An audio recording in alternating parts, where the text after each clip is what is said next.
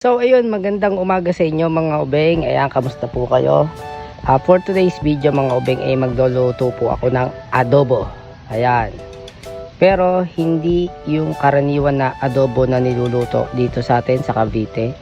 Ang lulutuin ko po ngayon ay adobong puti. Ayan. Paano daw ba lutuin yung adobong puti? Madali lang. Parang kagaya ng usual na inaadobo natin, na adobong Tagalog. Pero ito syempre hindi nyo lalagyan ng toyo. Hindi nyo lalagyan ng toyo mga ubeng. So ano ang ingredients niya? Suka lang. Pero kailangan prituhin nyo muna si manok. Parang half cook lang. Hindi sobrang lutong-luto. Half cook lang. So ito na yung mga ingredients ko. Nakapaggayat na ako ng manok. Nakapaggayat na ako ng bawang sibuyas. Ito. Ayan. So ayan ang ating gagamitin. Suka. Paminta, betchin, syempre betchin, dahong laurel, bawang sibuyas, and then yung syempre yung ating manok. Pero ito syempre ipiprito muna natin. Ayan, so nagpainit na ako doon ng mantika. Ayan. So ilalagay na natin. I-half cook lang natin siya, hindi yung sobrang luto. Ayan. Hindi naman siya, yung kailangan mag-brown lang siya. Ayan. Ito pong lutong to mga ubeng ay natutunan ko po sa lola ni Patricia. Ayan, yung taga Quezon. Lutong Quezon to. So, piprito lang muna natin siya ng konti. Ayan, nilahat ko na, sayang mantika eh.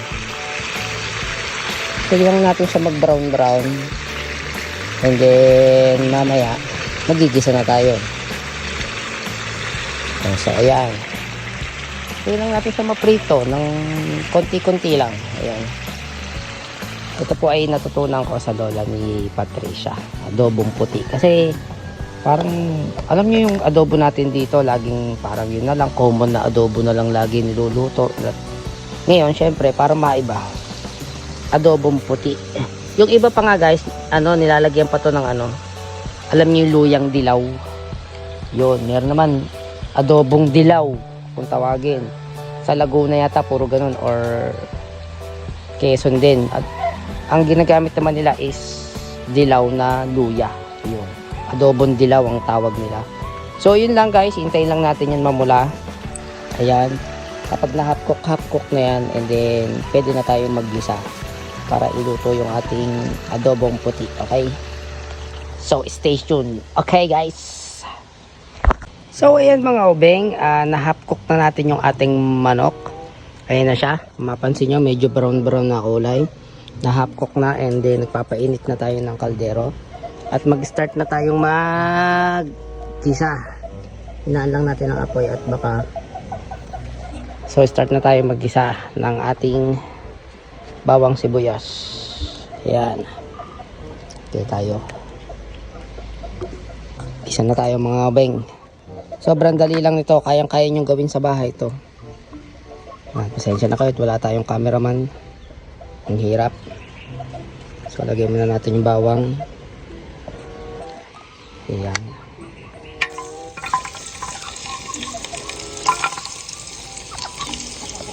Hirap na walang cameraman. Solo. Pasensya na kayo kung malikot ang aking camera ha. Yan, nilagay ko yung ating bawang. Bawang muna. Ayan.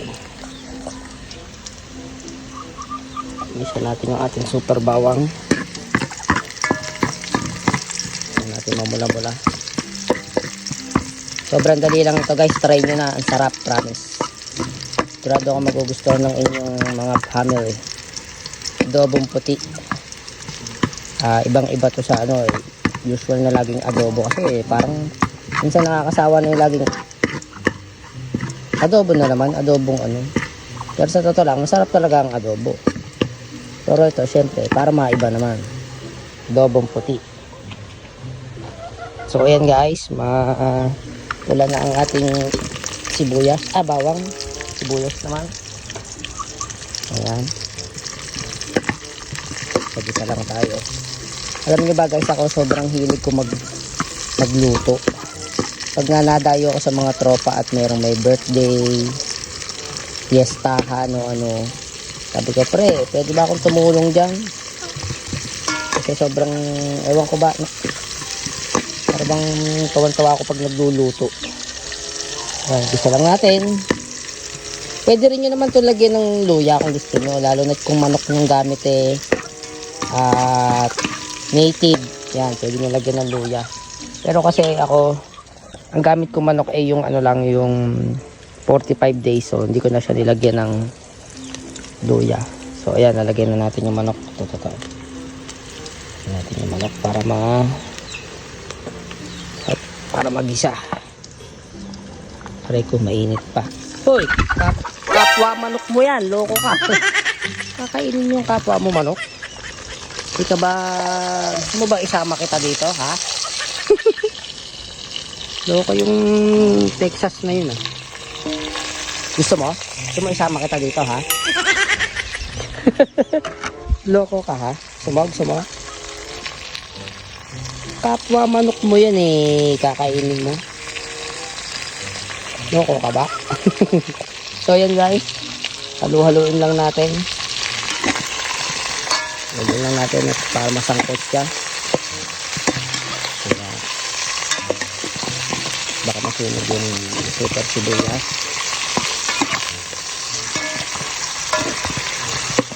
And then pwede na natin siya lagyan ng betchin. Lagyan natin ang betchin. Lagyan natin ng nasa na yung paminta ko. Ayun. Lagyan natin ang paminta. Okay, literal na ano lang to. Literal na parang adobo. Then dahong laurel. Ayan, dahong laurel. Para mabango. Damihan natin. Ayan. Sarap. Ayan. Halo lang. Lakas na naman ang apoy. So gisa-gisain lang natin ng konti para lumasa yung mga nilagay natin.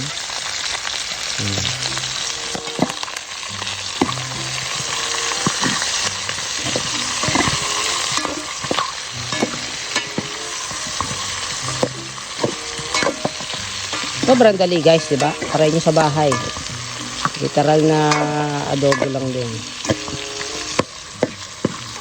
Ayan. And then, kapag na ano natin, pwede na natin siya lagyan ng suka.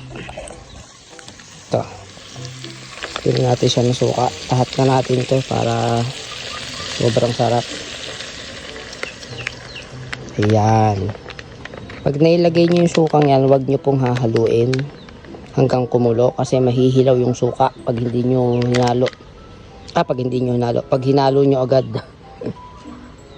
mahihilaw yung suka. So, hintayin nyo lang muna siyang kumulo hanggang maluto yung suka din, tsaka nyo haluin. And then, balikan ulit natin. Okay, guys? 346 minutes later. So, ayan mga ubeng, after natin maigisa yung ating manok, at ayan, nangangamoy na yung suka. Ibig sabihin, luto na. So, nahalo ko na siya. And then, lalagyan na natin siya ng tubig. Konting-konti lang ang tubig. Siyempre. Pasintay lang din ulit natin siya kumulo. Yan yun na. Goods na ang ating adobong puti. Kain na. Anong kasunod? Kain ng time na. So yan. Hintayin lang ulit natin na kumulo siya. Pag after na malagyan ng nakalimutan ko palang sabihin, lalagyan nyo rin siya ng asin, ha. Siyempre, tansyahan lang kayo ng balang tumantsa. So, lalagyan nyo rin siya ng asin para yun yung parang pinakapampaalat nyo, imbis na toyo, okay? So, ayan, nilagyan natin siya ng tubig. Hintayin lang natin siyang kumulo. Then, pagkagulo, goods na yan. Kain na, okay? Let's go! So, ayan mga ubeng, after natin maggisa, magpakulo, ito na po yung ating adobong puti. Ayan! Hindi ko po alam kung ano magiging lasa niyan kasi ngayon ko lang tinry lutuin. So, ayan lab, testingin mo nga kung anong lasa, kung ano yung honest review. Dali, tikman mo. Siyempre, para matututunan natin yung susunod na luto, alam na natin yung ano yung kulang, ano yung sobra. Honest review, di ba? Kasi ngayon ko lang po niluto yan mga ubeng. Siya po kasi nakakaalam ng lasa niyan eh. So, ano? Marami yung suka. Ayun. Sobra daw po ng suka mga ubeng. Kasi nga naalala nyo kanina dun sa unang-unang video, sa unang nilahat ko yung suka. Ang dami ng suka. Tapos siguro kulang pa sa tag doon, kulo, no? Kasi kailangan yan kulong-kulo yung suka nga para maluto siya.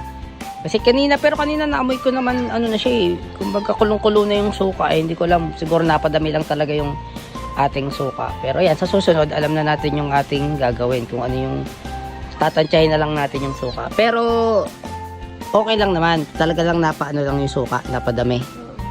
Luto yung suka o medyo hilaw?